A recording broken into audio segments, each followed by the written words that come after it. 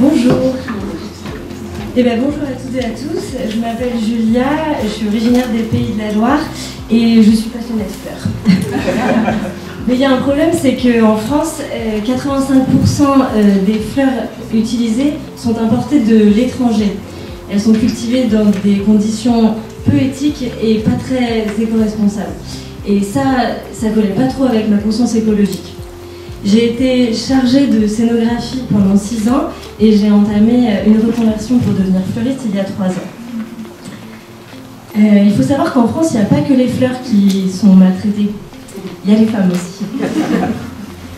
En fait, elles sont majoritairement plus précaires que les hommes et pourtant elles sont très invisibilisées dans les milieux de l'insertion où l'on retrouve en moyenne 1/3 de femmes pour 2/3 d'hommes minimum. S'ajoute à ça le choix très réduit et peu valorisant des métiers qu'elles se voient proposer, liés généralement à l'entretien, au care ou à la restauration collective par exemple. Lors de ma reconversion, j'ai eu la chance de rencontrer l'équipe de l'association Du Pain et des Roses à Paris. Tout d'abord, c'est le nom qui m'a interloquée. Il vient d'un poème de James Oppenheim qui raconte que pour vivre, chacun a besoin de pain pour se nourrir, pour survivre, mais qu'on a aussi besoin de roses, c'est-à-dire de beauté et de créativité pour s'épanouir. La première graine était plantée dans ma tête. La fondatrice, Marie, fleuriste comme moi, a décidé de transmettre ses connaissances à un public défavorisé. Depuis 2017, l'association forme des femmes éloignées de l'emploi à l'art floral éco-responsable. L'idée a donc germé en moi de pouvoir faire fleurir ce beau projet dans ma région natale pour en faire profiter un maximum de personnes. Après un diagnostic territorial qui nous a confirmé les inégalités de genre sur le bassin nantais, la première antenne du Pain et des Roses a donc éclos en 2021 à Nantes. Aujourd'hui, j'aurais peut-être dû vous présenter Christine.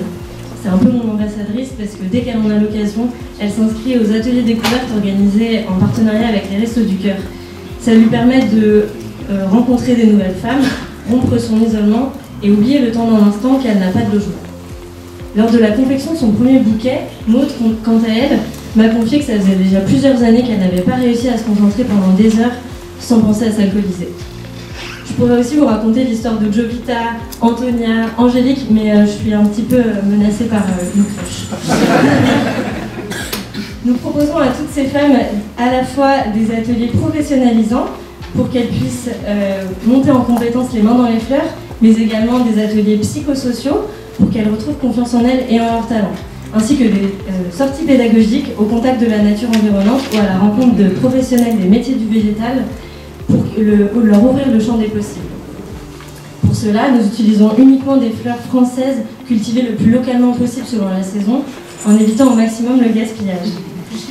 En parallèle, nous sensibilisons le grand public à nos actions via des ventes éphémères et des ateliers d'initiation pour les particuliers, mais aussi l'animation de team building en entreprise et le fleurissement d'événements pour les professionnels. Notre jeune pousse aimerait bien devenir un grand arbre et pour ça, nous avons pour ambition de monter une structure d'insertion par l'activité économique accessible et adaptée aux femmes pour offrir une première opportunité professionnelle à nos bénéficiaires qui soit valorisante en montant la première fleuristerie éco-responsable et solidaire de France. J'ai besoin d'un peu d'engrais pour fleurir l'avenir de ces femmes et de la planète et c'est pour ça que je sollicite votre soutien aujourd'hui. Merci beaucoup de m'avoir écouté.